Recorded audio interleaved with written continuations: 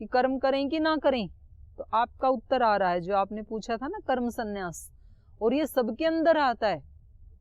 तो कह रहे हैं जिनको अभी जो अज्ञानी, अज्ञानी का मतलब यहाँ पर जिसने अभी योग की पूर्णता को प्राप्त नहीं किया है, तो हम सब साधक वैसे ही हैं, उसी कोटि में आते हैं, जिसको अभी पूर्ण विवेक की प्राप्ति नहीं हुई है और करना चाहता है, तो फिर ये दिग्भ्रमित होता है। कोई उसको कहता है कि अरे ये सब काम कुम छोड़ करके तुम जो इस जीवन का उद्देश्य है उसको पूरा करने में लगो। दूसरे कहते हैं कि वे कर्म से तो छूट ही नहीं सकते इसलिए कर्म करो। तीसरे कहते हैं अनासक्त कर्म करो। तो ये मतलब बिछड़ा हुआ है बेचारा कि करें तो क्या करें, क्योंकि अभीप्सा क्या है इसकी, पूर्णता को प्राप्त करने की। तो कह रहे हैं कि ये फिर इन योगियों का, विद्वानों का फर्ज बन जाता है कि अज्ञानाम कर्म संगीनाम बुद्धि भेदम न जनयेत। जो बेचारे अज्ञानी हैं, कर्म संगी नाम, जो कर्मों में अभी आसक्त हैं, सकाम कर्म करते हैं, उनका सामर्थ्य नहीं है कि वो निष्काम कर्म कर सकें, किसी कामना को लेके ही वो कर्मों में लगे हुए हैं, तो ऐसे लोगों में बुद्धि भेदम न जनयेत, बुद्धि भेद को पैदा ना करे, माने भ्रांतियां पैदा ना करे, ये इस विद्वान का काम है। बल्कि क्या करे विद्वान, जोशयेत सर्वकर्माणि विद्वान युक्तः समाचरन्, बल्कि इस विद्वान का काम ये है कि ये सर्वकर्माणि, सब कर्मों को, समाचरण अच्छी तरह से करता हुआ, सब कर्मों को खुद अच्छी तरह से करता हुआ, जोशयेत, उन सब को भी ऐसे ही लगाए। जब ये अनासक्त भाव से, निष्काम भाव से कर्म करेगा तो दूसरे भी वैसे करेंगे। तो इसका कर्तव्य क्या बनता है, उनको सकाम कर्म से निष्काम कर्म की राह दिखाए, क्योंकि अंतिम तो वही है ना। तो कर्म यहाँ बंधन का कारण है ही नहीं। बंधन का कारण क्या है, कर्म में आसक्ति, कर्म के फल में आसक्ति। तो इस योगी का काम क्या है, उस व्यक्ति को और थोड़ा अपग्रेड करे, ना कि उसको भ्रमित करे। कर्म में तो लगा ही हुआ है, तो अब सकाम कर्म से उसको उभार करके निष्काम कर्म में ले जाए। तो इसके ऊपर फिर इन्होंने लिखा है, ये कह रहे हैं पहले वाले का पहले तो दिखा रहे हैं कि ये कह रहे हैं दूसरे लोगों को ऐसे लगता है कि ये ज्ञानी महापुरुष भी लोक संग्रह की इच्छा से ही लगे हुए हैं, लेकिन कह रहे हैं वास्तव में ऐसा नहीं है। वास्तव में उनमें लोक संग्रह की इच्छा नहीं होती है। क्यों? क्योंकि वे संसार से प्राप्त शरीर, इंद्रिय, मन, बुद्धि, पदार्थ, पद, अधिकार, धन, योग्यता, सामर्थ्य आदि को साधन अवस्था से ही कभी किंचित मात्र भी अपने लिए और अपनों के लिए नहीं मानते हैं। ये साधना करके यहाँ पहुंचे हैं ना, तो साधना करते समय ही उन्होंने उस अहम को और ममत्व को तो छोड़ दिया था, अहमता ममता को तो वहीं छोड़ दिया था। तो कह रहे इनमें हमें ऐसे लगता है, क्योंकि व्यक्ति को संसार कैसा दिखता है, जैसी उसकी दृष्टि है। अब जिसने लाल वाला चश्मा लगाया है तो बाहर दृश्य कैसा दिखेगा, लाल लाल ही दिखेगा। ग्रीन चश्मा लगाया है तो सब ग्रीन ग्रीन दिखेगा। ब्लैक चश्मा लगाया है तो सब काला काला दिखेगा, उसको प्रकाश है तो भी अंधेरा अंधेरा सा ही दिखेगा। तो संसार तो वैसा ही दिखता है ना जैसा मैं हूं, मेरे जैसे भाव हैं, मेरे जैसे विचार हैं, तो मैं दूसरे लोगों के बारे में भी क्या सोच लेता हूं, ये ऐसा कर रहा होगा, अभी ये वहां खड़ा है तो जरूर मेरे बारे में कुछ कह रहा होगा, क्योंकि मैं भी तो सारे दिन किसका चिंतन करता हूं, इसका करता हूं। तो ये भी अब किसका चिंतन कर रहा होगा, मेरा ही कर रहा होगा। तो ऐसे लगता है। तो हम क्योंकि लोक संग्रह की दृष्टि से ही कोई काम करते हैं, हम पढ़ाई भी करते हैं तो किसके लिए करते हैं, डिग्री के लिए, मार्क्स के लिए, नंबरों के लिए पढ़ते हैं। हम तो नंबर नहीं चाहिए तो हम नहीं पढ़ते हैं, हमारी स्थिति ऐसी है। तो अब कोई विद्वान यदि 4-5 घंटे लगा ही हुआ है पढ़ने में, 6 घंटे 8 घंटे लगा ही हुआ है, उसकी तो ऐसी कोई इच्छा ही नहीं है कि उसको कोई डिग्री लेनी है या उसको कोई मेरिट लिस्ट में, वो तो अपनी विद्वत्ता के लिए पढ़ रहा है, अपने ज्ञान के लिए पढ़ रहा है।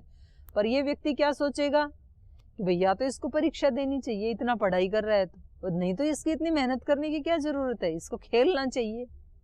कोई बच्चा देखेगा किसी विद्वान को ऐसे अध्ययन करते हुए तो क्या सोचेगा वो, या तो इसको खेलना चाहिए क्योंकि उसकी बुद्धि क्या है, या तो परीक्षा के लिए पढ़ें या तो हम खेलें। आचार्य कुलम के बच्चों को देखो आप जाके, ऐसी बुद्धि है उनकी। हमारे में से भी कुछ ऐसी होती है, परीक्षा ना देनी पड़े तो फिर मैं नहीं पढ़ूंगा इनको, दूसरे व्यक्ति पढ़ रहे तो हम दूसरे को भी क्या सोचते हैं, अपने जैसा।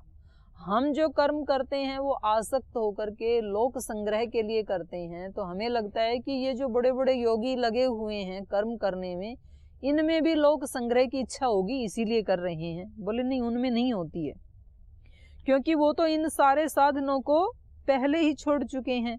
तो वो संसार के और संसार की सेवा के लिए वास्तव में ये लोग संग्रह करते हैं। उनका भाव क्या होता है, संसार की सेवा, सेवा के लिए करते हैं वो उस संग्रह को। तो वही प्रवाह रहने के कारण सिद्ध अवस्था में भी उनके कहलाने वाले जो शरीर आदि पदार्थ हैं वो स्वतः स्वाभाविक रूप से किसी प्रकार की इच्छा के बिना संसार की सेवा में लगे रहते हैं। उनके शरीर आदि, उनकी इंद्रियां, उनका मन, बुद्धि, वो सब अनासक्त भाव में रहते हुए भी सेवा में लगे रहते हैं। होती है ये स्थिति। तो कह रहे हैं इस श्लोक में यथा तथा पद कर्म करने के प्रकार के अर्थ में आए। तात्पर्य यह है कि जिस प्रकार अज्ञानी सकाम पुरुष अपने स्वार्थ के लिए सावधानी पूर्वक और तत्परता पूर्वक कर्म करते हैं, उसी प्रकार ज्ञानी पुरुष को भी लोक संग्रह अर्थात दूसरों के हित के लिए कर्म करना चाहिए।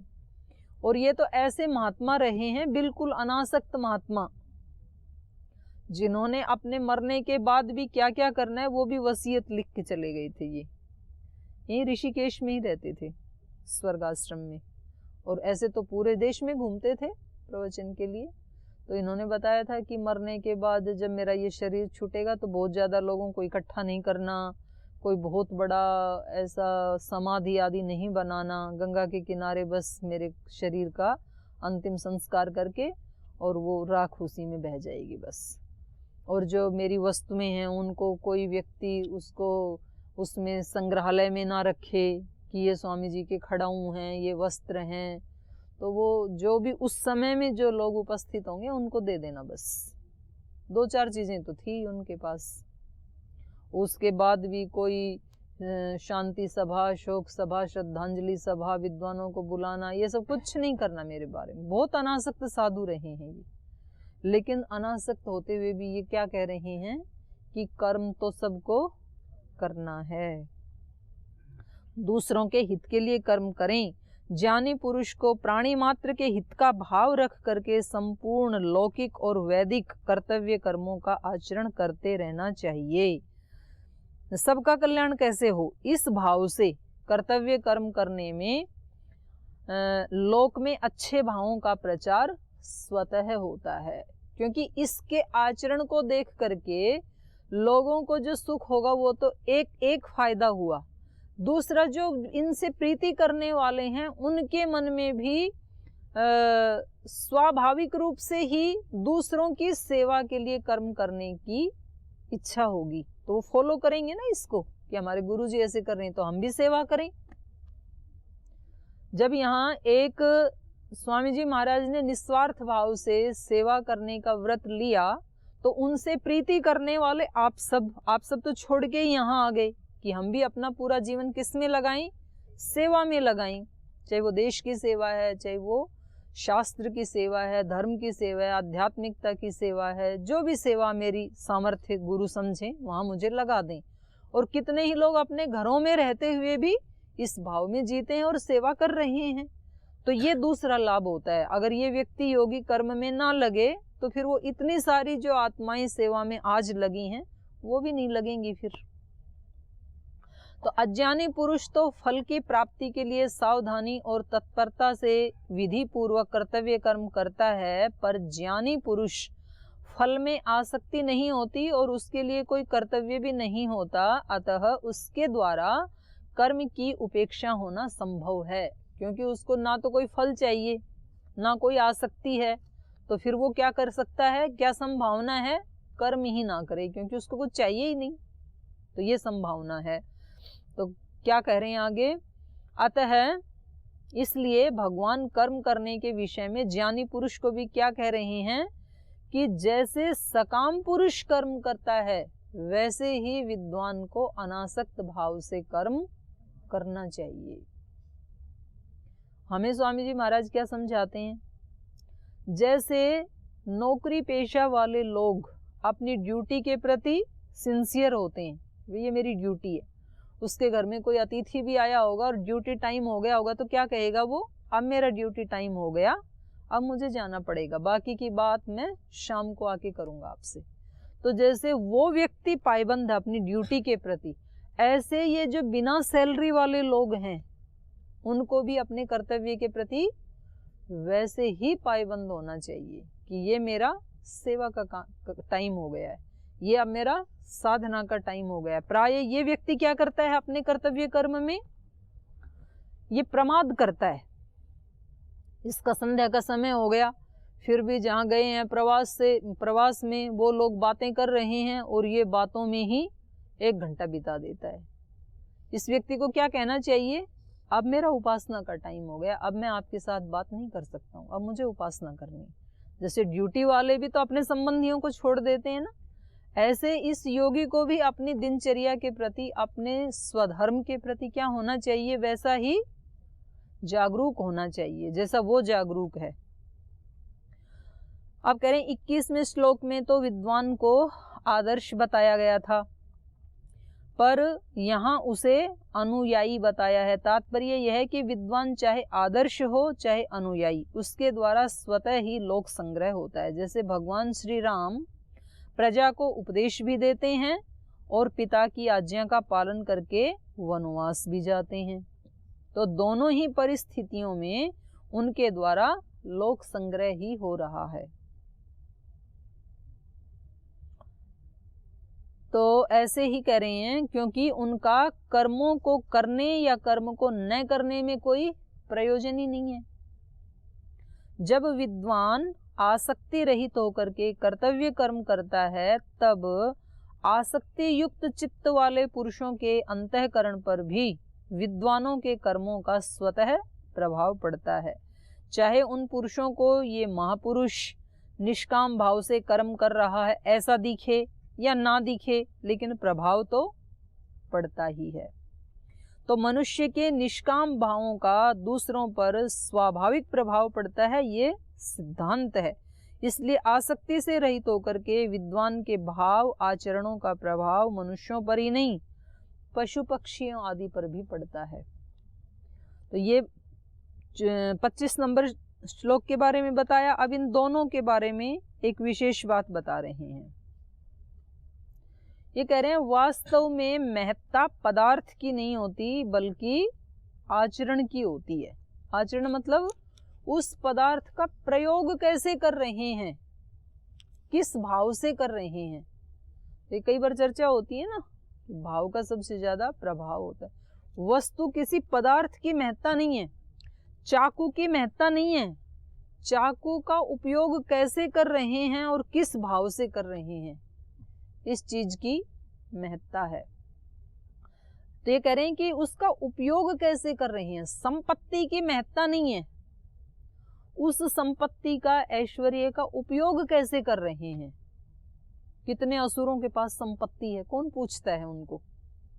वो कभी एयरपोर्ट पे जाते हैं तो कोई लोग नमस्ते भी नहीं करते हैं उनको। वो कहते हैं भाई तुम्हारे पास संपत्ति है तो अपने खाओगे, हमें क्या लेना देना उससे। पर उससे थोड़ी भी संपत्ति है यदि और उस व्यक्ति ने पूरी की पूरी सेवा में लगा रखी है तो वो व्यक्ति जहां से भी जाता है लोग उसके चरण छूते हैं, उसको सिर झुकाते हैं। तो संपत्ति तो बराबर ही थी, लेकिन उस महत्ता किसकी है, उपयोग की। एक व्यक्ति उसका उपयोग किस में कर रहा है, सेवा में, दूसरों को सुख देने में। एक व्यक्ति उसका उपयोग किस में कर रहा है, अपने आप को सुख देने में केवल। तो ये कह रहे हैं कि महत्ता पदार्थ की नहीं है बल्कि महत्ता उसके उपयोग की है, आचरण की है। आचरण की महत्ता भी तब है जब अंतःकरण में पदार्थ की महत्ता ना हो।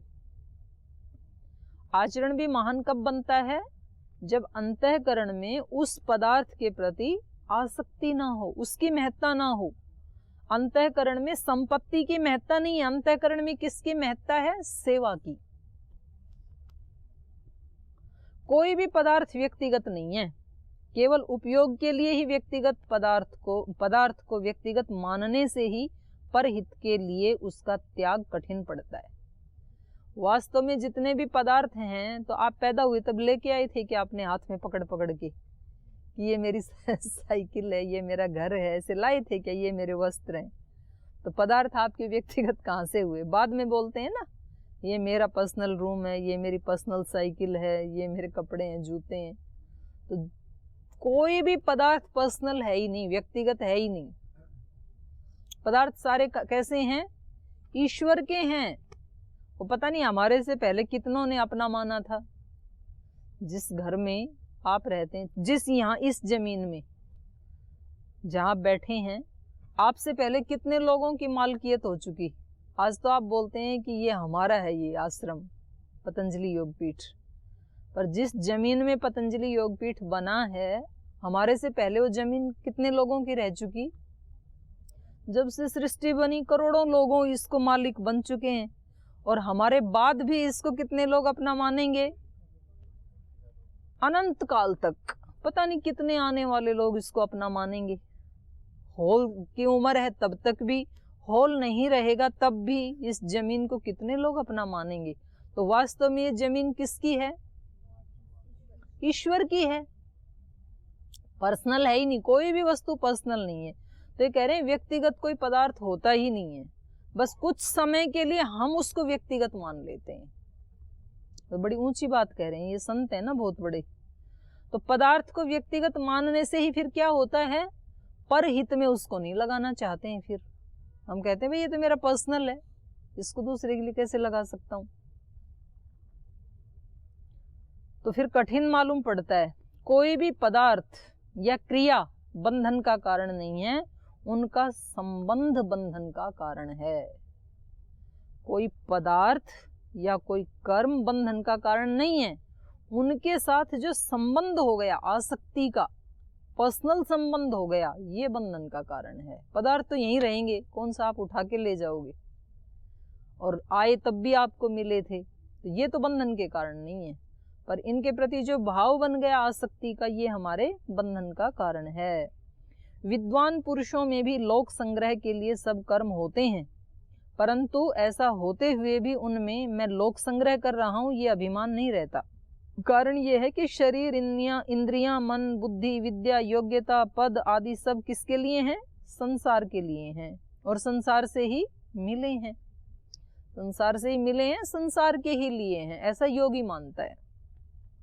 संसार से मिली सामग्री को संसार की ही सेवा में लगा देना, ये क्या है? ईमानदारी। जिस काम के लिए आपको पैसे दिए जाएं यहाँ से, और आप जाके उसी काम में लगा दें, ये क्या है? ईमानदारी।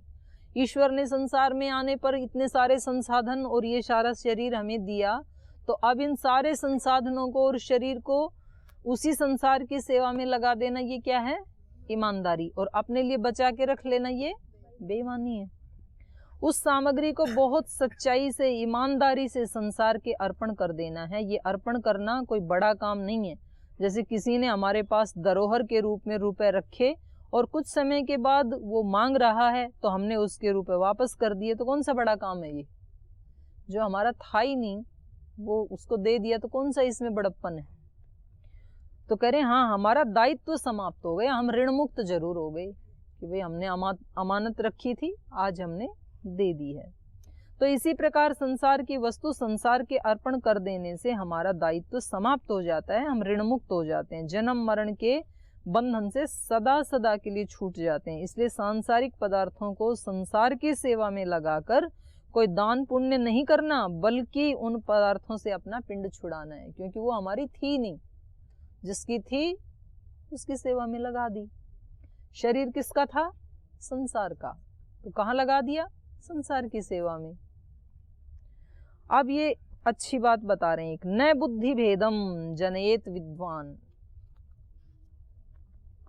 कह रहे हैं कि असक्त विद्वान इन पदों से जिनका वर्णन किया है उसी आसक्ति रहित विद्वान को यहाँ पर विद्वान या युक्त इन पदों से कहा है अगले श्लोक में। तो कह रहे हैं जिनके अंतःकरण में स्वतः स्वाभाविक समता है, जिनकी स्थिति निर्विकार है, जिनमें कोई विकार नहीं है, जिनकी स्थिति में, जिनकी समस्त इंद्रियां अच्छी तरह जीती हुई और जिनके लिए मिट्टी पत्थर सोना सब समान है। सब समान क्यों है? मतलब ऐसा नहीं है कि वो सोने की कीमत नहीं जानता है, जानता है, पर सोना भी ईश्वर का है, मिट्टी भी ईश्वर की है। तो ऐसा तत्वज्ञ महापुरुष ही युक्त या विद्वान कहलाता है। तो पीछे 25वें श्लोक में जो सक्ताः अविद्वान से जिन पदों से जिनका वर्णन हुआ, सक्ता माने आसक्त होकर के जो कर्म करते हैं, अविद्वान मतलब जिन्होंने अभी आत्म साक्षात्कार नहीं किया है, तो उनके लिए कह रहे हैं कि शास्त्र विहित शुभ कर्मों में आसक्ति वाले अज्ञानी पुरुष को यहाँ कर्म संगी नाम और अज्ञान पद से कहा है। तो शास्त्र विहित कर्मों को अपने लिए माने अपने सुख भोग के लिए, मान बढ़ाई के लिए करने के कारण इन पुरुषों को क्या कह दिया? कर्म संगी और अज्ञानी। अज्ञानी और कर्म संगी कौन है? जो अपनी मान बढ़ाई के लिए काम करता है, जो अपने सुख के लिए काम करता है, उन व्यक्तियों को यहाँ क्या कह दिया? अज्ञानी।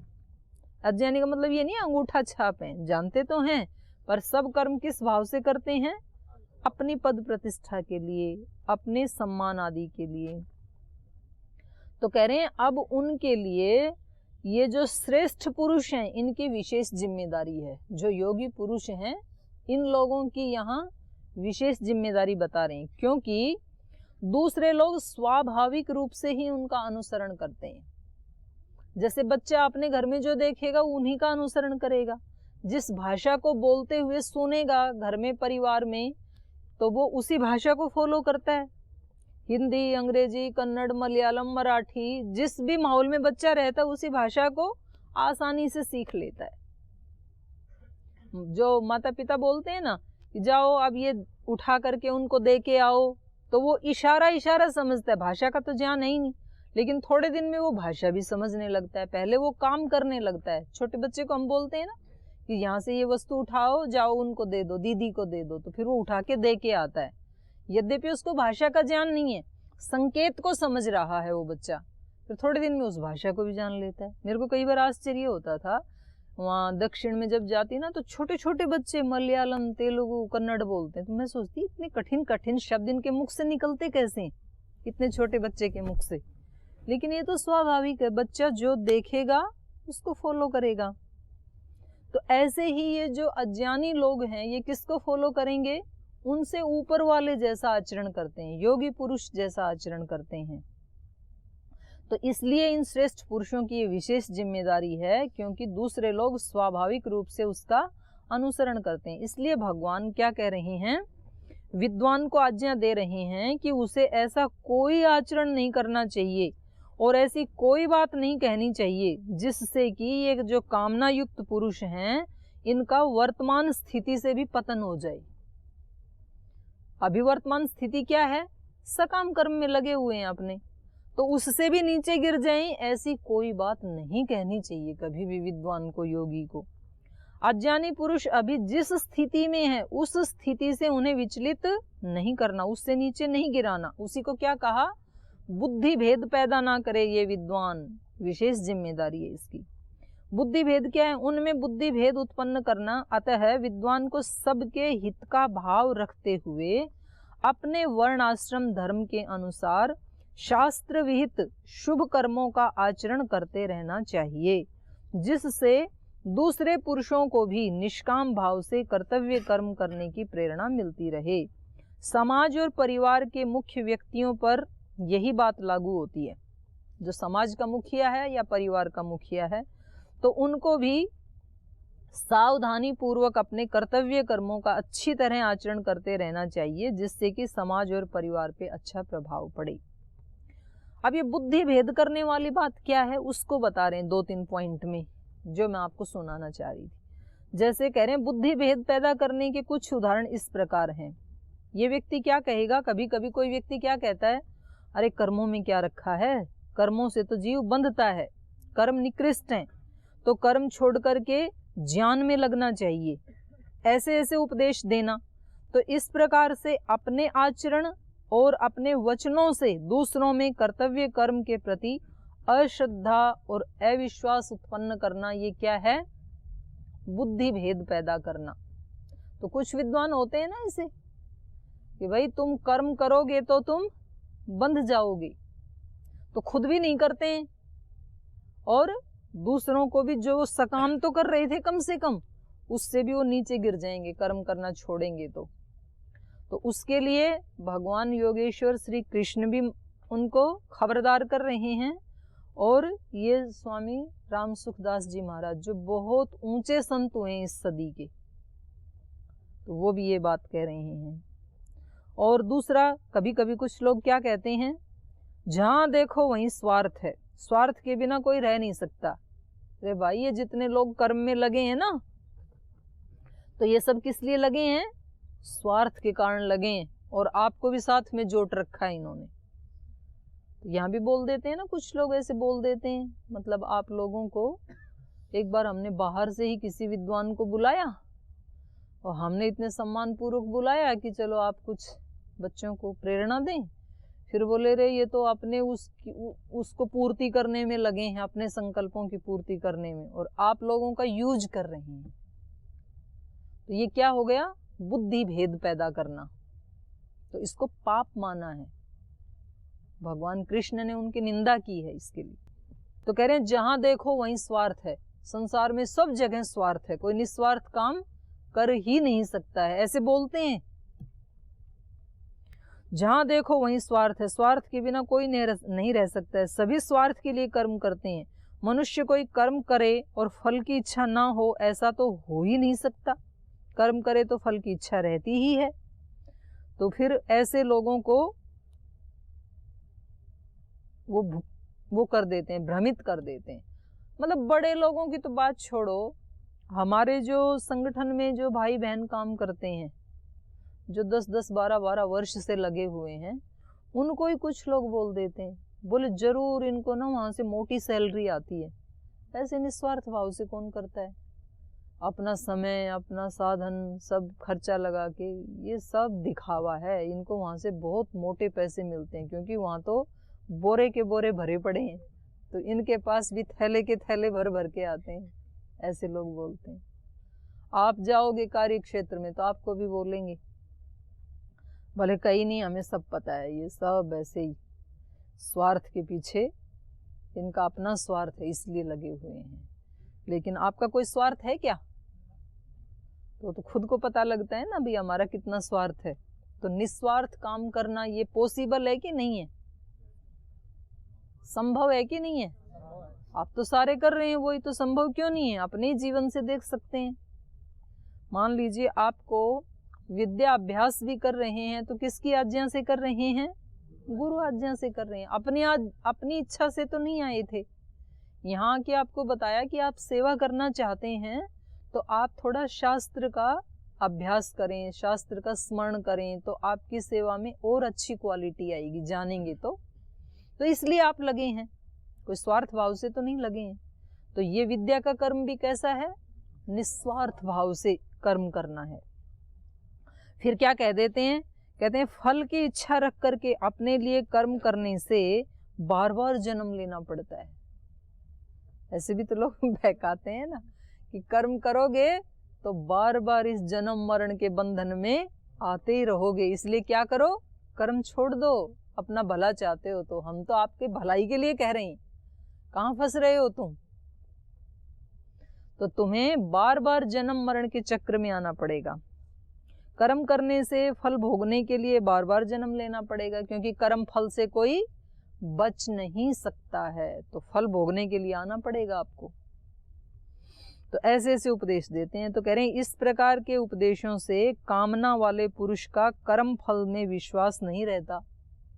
वो क्या हो जाता है? भ्रमित हो जाता है बेचारा, भाई यदि बार बार आना पड़ेगा तो फिर मेरे को कर्म नहीं करना है, फिर मुझे क्या करना है? कर्म का त्याग करना है, क्योंकि हमारे गुरुजी ने ऐसे बोल दिया, कर्म को त्याग कर दो। हम ना गुरुजी कर्म करते हैं, ना चेले को करने देते हैं, ऐसे हैं। बहुत लोग हैं ऐसे, क्योंकि संसार में मुझे तो ये लगता है कि जितने सन्यासी भारत में हैं धरती में कहीं नहीं है। मतलब जितने गांव नहीं हैं भारत में उससे ज्यादा सन्यासी हैं। अगर सारे सन्यासी अपने कर्तव्य कर्म का पालन करने लगें, एक एक गांव की भी जिम्मेदारी लें, तो 1 महीने में देश का कायाकल्प हो सकता है। करते तो नहीं है, बैठे हैं सारे, कुछ सुल्फा पी रहे हैं, कुछ गांजा पी रहे हैं, कुछ बैठे हैं ऐसे ही, और दूसरों को भी वही कहते हैं, बोले तुम सब चक्कर में मत पड़ो, कर्म की निवृत्ति मार्ग में आओ, ना खुद कर रहे हैं। तो फल स्वरूप फलों में आसक्ति तो छूटती नहीं, लेकिन शुभ कर्म जरूर छूट जाता है। वो जो शुभ कर्म कर रहे थे, भले ही वो सकाम का भावना से ही कर रहे थे, यज्ञ हवन कर रहे थे, ड्यूटी कर रहे थे, भले ही सकाम कर रहे थे, लेकिन थे तो शुभ कर्म। किसी का तो पेट पाल रहे थे, बच्चों का, बीवी का, माता पिता का, वो और छोड़ देते हैं। तो कह रहे हैं बंधन का कारण आसक्ति नहीं, बंधन का कारण कर्म है। इसको मोटे अक्षरों में लिख लो अपनी कॉपी में। बंधन के कारण कर्म नहीं है, बंधन का कारण क्या है? कर्म में आसक्ति। तो ये अभी तो आधी व्याख्या हुई है इस श्लोक की, और ये मैं इसलिए पुस्तक लाई क्योंकि यही बातें मैं बिना पुस्तक के भी आपको यदि बताती तो आप सोचते कि पता नहीं दीदी अपने मन से ऐसे ही तुक्के मार रही हैं। अब ये इतने प्रामाणिक व्यक्ति के, जिन्होंने अपना पूरा जीवन ऐसे जिया है, उनके वचन हैं ये। तो कल भी हम इसके ऊपर और भी चर्चा करेंगे। आज तो समय हो गया, तो यहीं विराम देते हैं पाठ को।